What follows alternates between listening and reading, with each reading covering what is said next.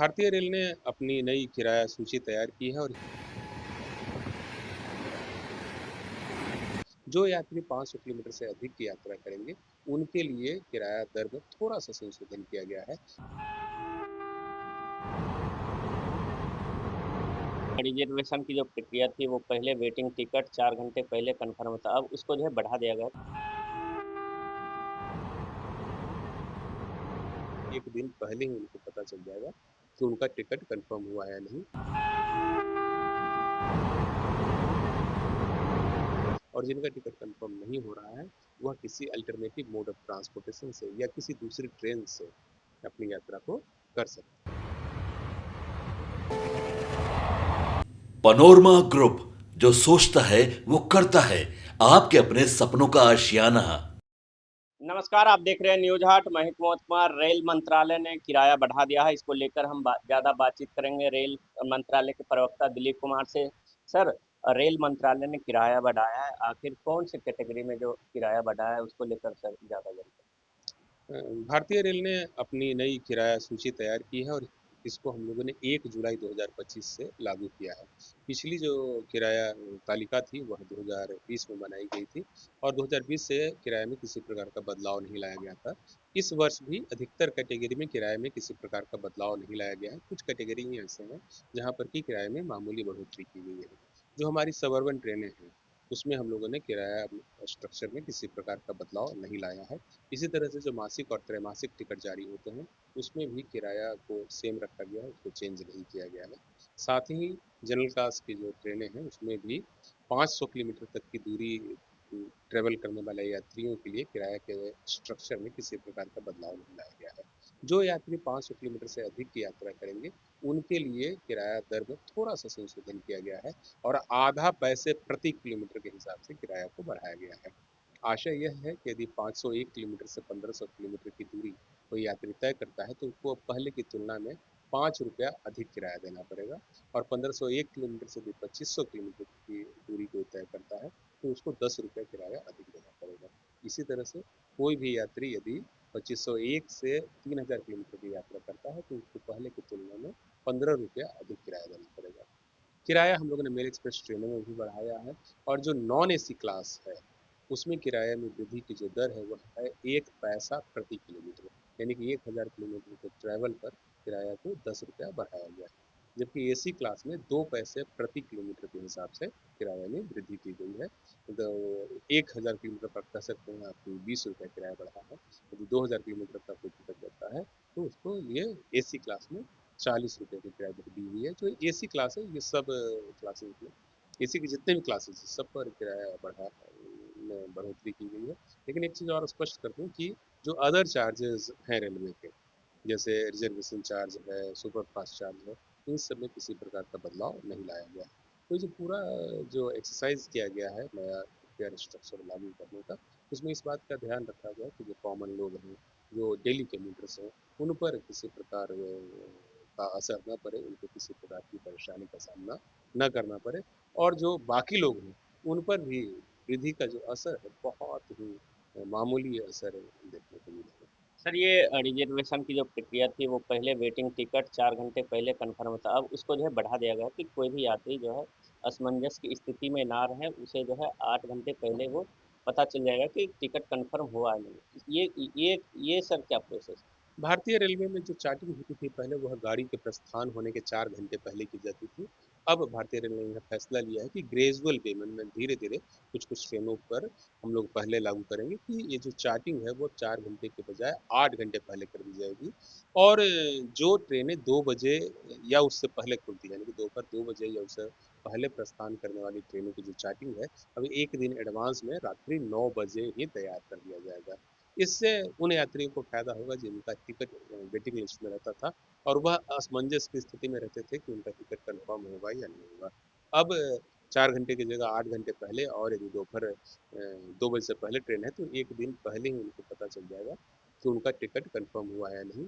इससे फायदा यह होगा कि जो लोग का टिकट कंफर्म होता है वह अपनी जर्नी बेहतर तरीके से प्लान कर सकते हैं और जिनका टिकट कंफर्म नहीं हो रहा है वह किसी अल्टरनेटिव मोड ऑफ ट्रांसपोर्टेशन से या किसी दूसरी ट्रेन से अपनी यात्रा को कर सकते हैं। सर आधार पे जो है आधार नंबर लगाना पड़ेगा तत्काल टिकट पे, ओटीपी आएगा। ये नहीं लगता कि लेंदी प्रोसेस है? लोग तत्काल टिकट काटेंगे तब तक ओटीपी, क्योंकि लेट भी ओटीपी आता है, इससे जो है तत्काल टिकट पहले कर सकती है। तत्काल टिकट के मामले में कुछ सुझाव हमें प्राप्त हुए यात्रियों से कि कतिपय लोग बोट या कोई दूसरे सॉफ्टवेयर को यूज़ करके सिस्टम को हाईजैक करने की कोशिश करते हैं।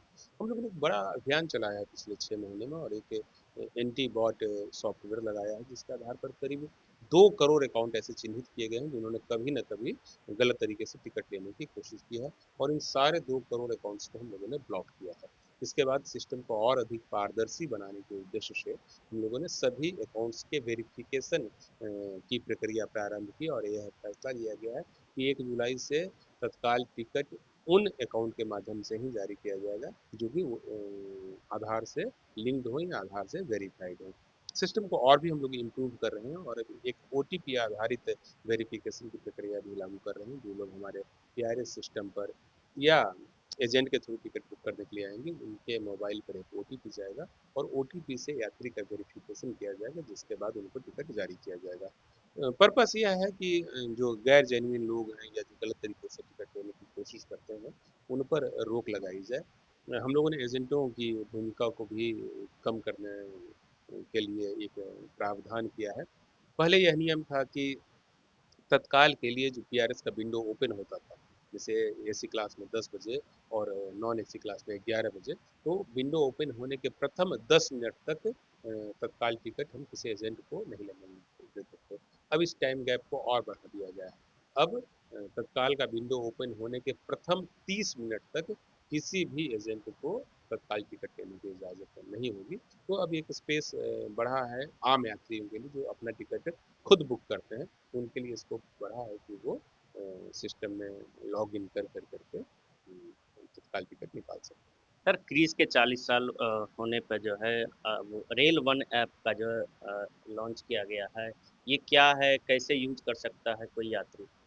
भारतीय रेल से जुड़ी हुई विभिन्न सेवाओं के लिए अभी अलग अलग ऐप रहा है, जैसे कि हमारे पास रेल मदद ऐप है, रेल कनेक्ट ऐप है, यूटीएसएन मोबाइल ऐप है, ट्रैक और ट्रेन ऐप है, आईआरसीटीसी का ई कैटरिंग ऐप है।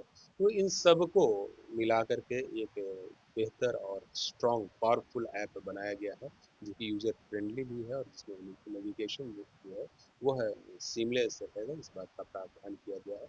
माननीय रेल मंत्री श्री अश्विनी वैष्णव जी ने 1 जुलाई 2025 को क्रिस द्वारा डेवलप इस रेल वन ऐप को लॉन्च किया है, और इसमें एक साथ अनेक प्रकार की फैसिलिटीज हम लोगों ने कस्टमर्स को दी है। हर प्रकार की टिकट यहाँ से जारी होगी, चाहे तो वह रिजर्व टिकट हो या अनरिजर्व टिकट हो, प्लेटफॉर्म टिकट हो, मंथली पास हो, इन सबको हम लोग इस ऐप के माध्यम से जारी करेंगे। साथ ही जो लोग आर वैले से टिकट लेंगे, उनको अनरिजर्व और प्लेटफॉर्म टिकट पर जो पहले भी सुविधा थी यूटीएसएन मोबाइल पर कि 3% की छूट दी जाती थी, तो वह छूट भी इसके माध्यम से दी जाएगी। साथ ही सर्च योर ट्रेन या फिर ट्रैक योर ट्रेन की फैसिलिटीज पे दी गई है।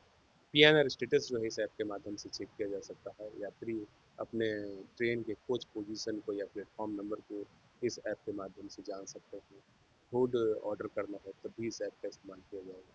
पीडीआर फाइल करनी है, यानी किसी प्रकार का रिफंड के लिए यदि आप रेलवे से करना चाहते हैं, तो वह भी इस ऐप के माध्यम से आप कर सकते हैं। यानी कि अनेक समस्याओं का एक समाधान है रेल वन यानी ऐप। पुराना जो ऐप है उस पे यात्री अपना कोई भी चीज़ सर्च नहीं कर सकता, स्टेटस चेक नहीं कर सकता, या रेल वन पे ही सब मिलेगा? अभी हमने पुराने ऐप को बंद नहीं किया है। Rail connect app, UPSN mobile, e catering app, rail Madad सभी चालू है, और उन सारे ऐप को इस रेल वन ऐप के साथ कनेक्ट कर दिया गया है, और इसी रेल वन ऐप में अब लोगों को लॉगिन करना है।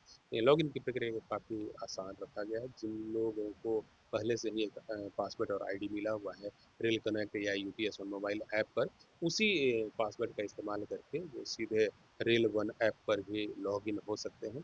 इसके अलावा मोबाइल नंबर और ओटीपी के माध्यम से लॉगिन किया जा सकता है।